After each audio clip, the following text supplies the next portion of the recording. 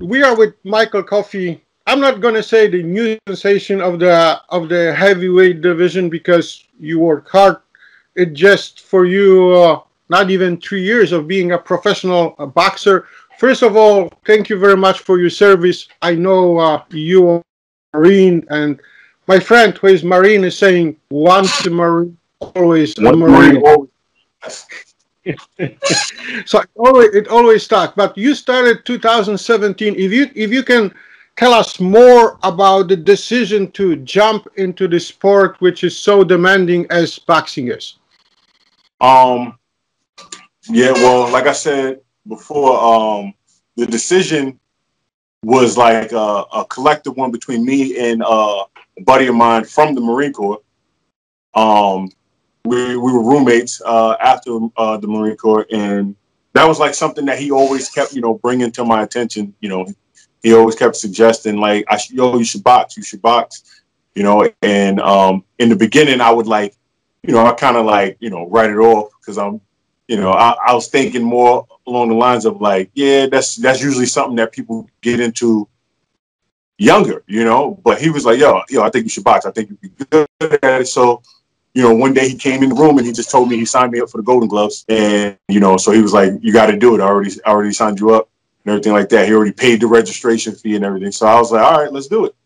So we drove around for a while looking for a gym and couldn't really find one in our area.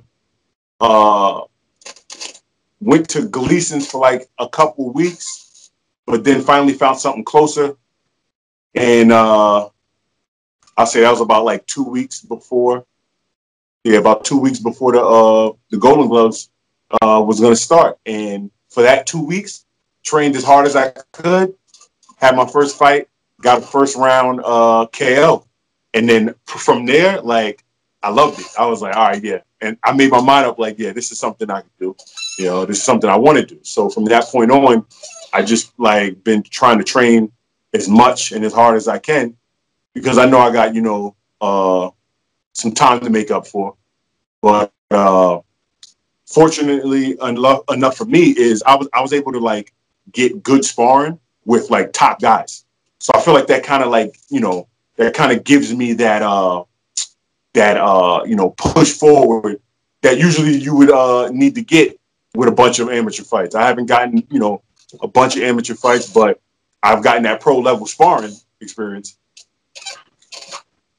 I have to go back because for me the fascinating part is your friend telling you, Michael, let's do boxing. He must see something. I mean, were you in the fights? Because it's not like, my body is, staying in my place and I'm just deciding, okay, let's do boxing. Did he see something? Did you were part of some, were you talking about boxing? Because he could say, okay, let's play football, let's play baseball, but he said boxing. I don't think so. It was a coincidental. Did he see something, you in action, not in the ring, outside, I mean, street or something like that? Yeah, he saw bar fights. He saw there we have it. Get into, altercations when we'd be out and about, and he saw how I handled, specifically he saw an instance where I got into it with multiple guys, and I came out on top. I was able to handle myself, and that's when he was like, yo, you should box. He was like, he's smart man. You know already fight. It comes now. You should box. I was like, yeah, I guess. No, I mean, what we're seeing from you now, I did, preparing for an interview with you, I did see a quote from you, Michael, which I liked it a lot, because you said you don't like invisible enemies. When you are a Marine, you don't know what's going to happen. You don't know what the devices are being planted, or some sniper hanging. It's you didn't know. Not then. You said, I like to see the guy in front of me. Why would I be afraid of something I see? So I presume after being 8 years a Marine and having tours in Afghanistan, I'm not going to ask you about if you are afraid because it will be stupid. I mean, yeah, you know that's one thing that I've stuck with is like, you know, and I've said that from the beginning is it's not necessarily the guy across from me in the ring because I can see him, so I'm not Yeah. really like scared. That's not what I when they ask if you get nervous before a fight, it's not because of that. You know, to be honest with you, to me the outside of preparation for the fight, the most nerve-wracking part is the walking to the ring. You know what I'm saying? Like walking to the ring. But once I'm in the ring, it's tunnel vision now. Like I can only see and hear only a few things, which is my opponent, my corner, and I can in his corner. And the referee, obviously, but other than that, like I tune everything else out once I step through the ropes. So now we know you are in the finals, if I remember correctly, in the Golden Gloves, and you beating the #1 fighter in US after Yes. 2 weeks of sparring. I mean, I would presume this will be like eye-opening moment for a lot of promoters or people around you saying, "Man, there is something more in Michael Coffie than just he wants to fight. He can fight. I mean, you don't beat the #1 guy in a nation by coincidence. Impossible. If you can just let us through the moments after you beat this guy and you decided, should I go pro? How this developed after the Golden Gloves final?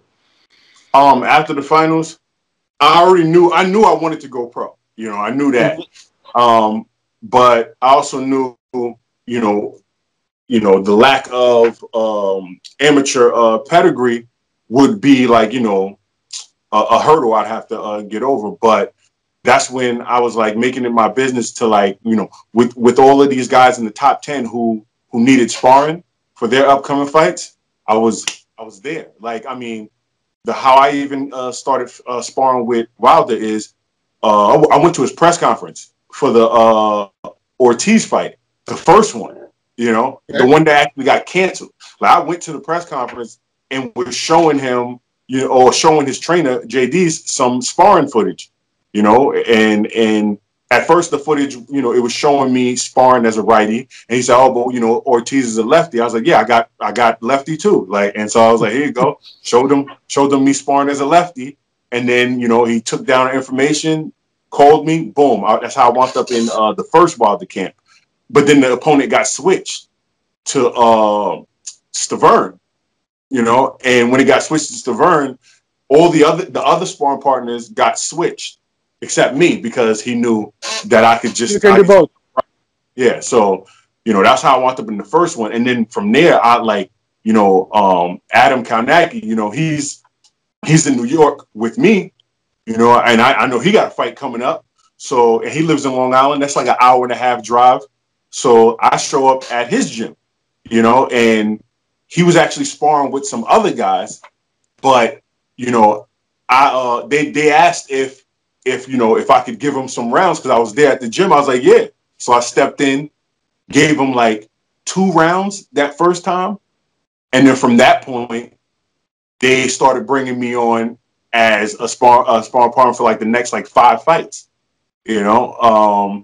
I know Adam very well, very, very obviously. I mean, being Polish, I mean, it's hard to not know Adam Kownacki. And he, even before I spoke with your trainer, Jose Aguilar, who I know 2 decades or whatever, 15 years, Adam Kownacki told me about the guy who comes and fights and have a sparring. I'm going to go to this a little bit later.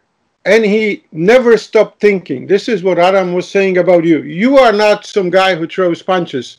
You know what you're doing every time you throw punches. So, sorry for interrupting. So, how this?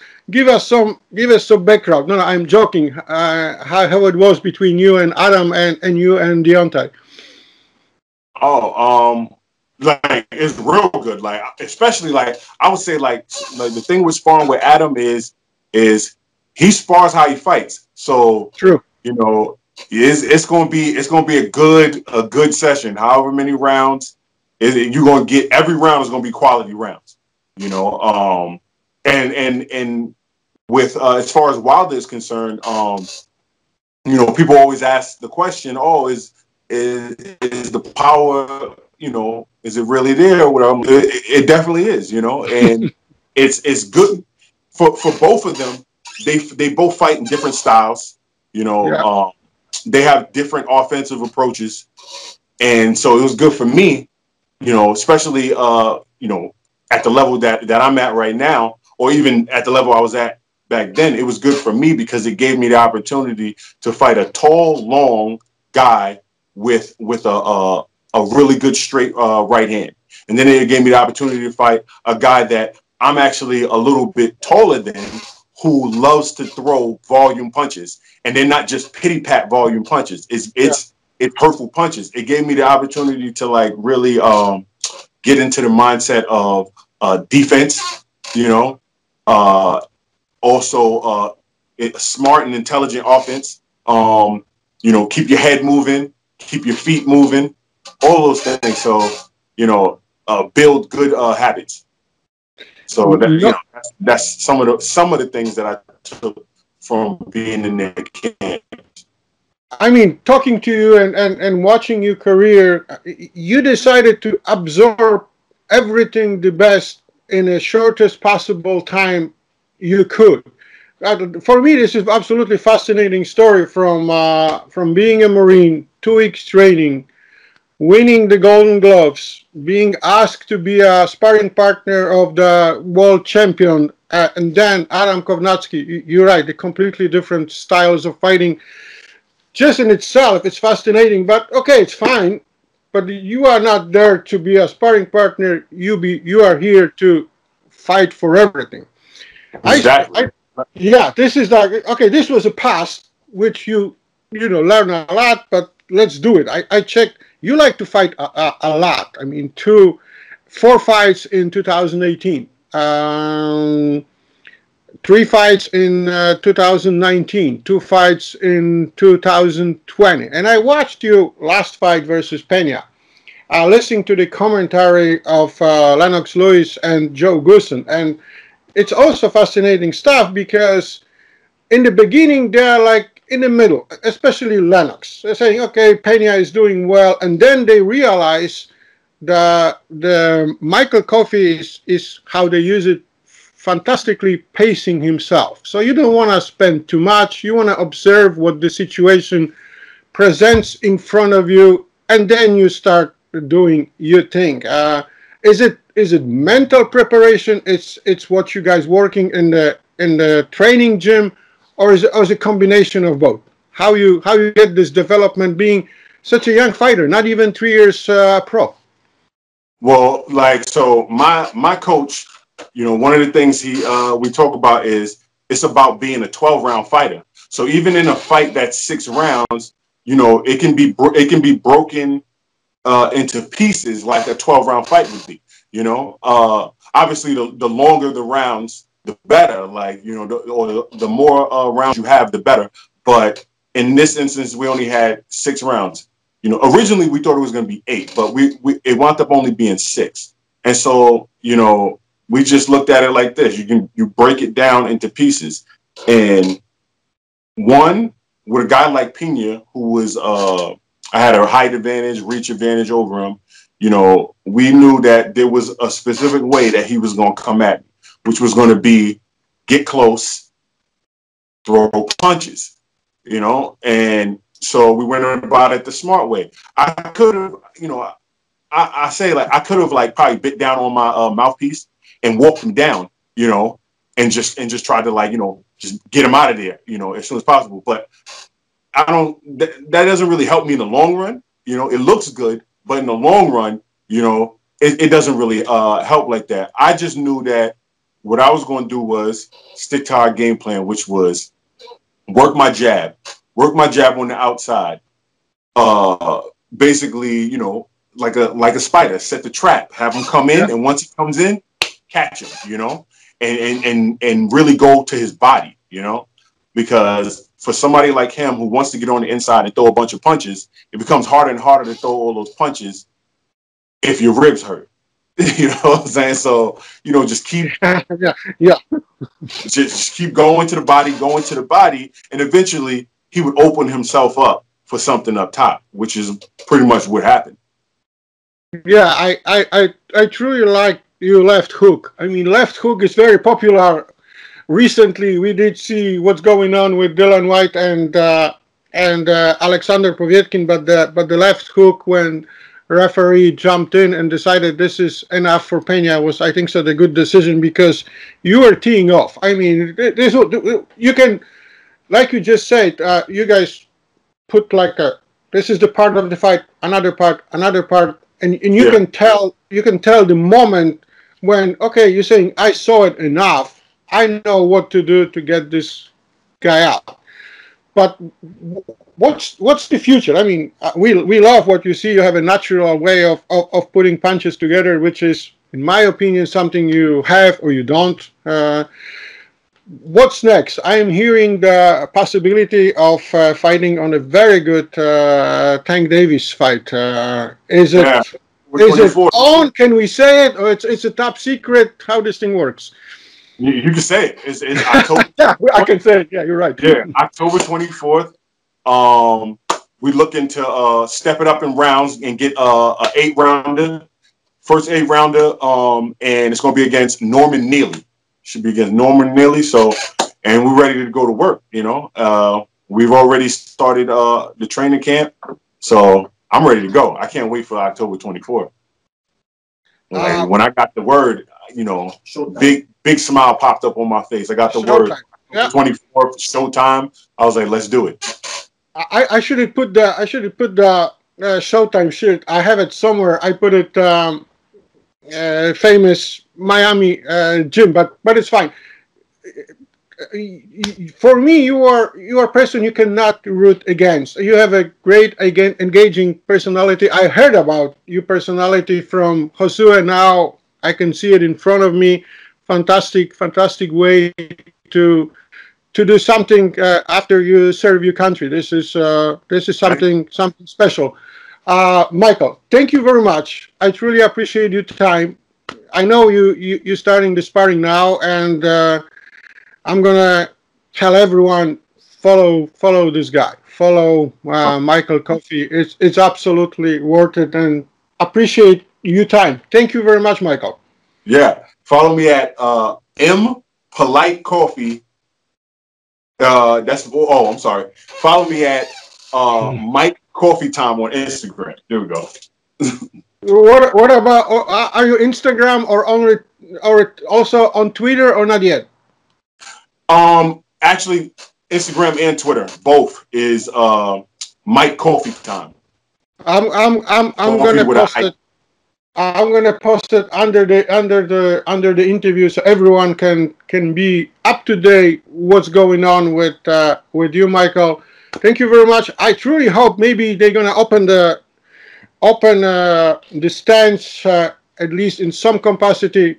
Maybe yes, maybe not. Maybe writers could actually come, because I wanted to come, you know, and watch you guys in action, especially you now. So let's see. Maybe we're gonna see each other. Maybe we're gonna do it as we do it in this different times. But sure. Thank you very much. Thank you very much for smile again, and thank you very much for engaging story. And you have a +1 fun. Me. Thank you. Thank you very much, guys. Thank you.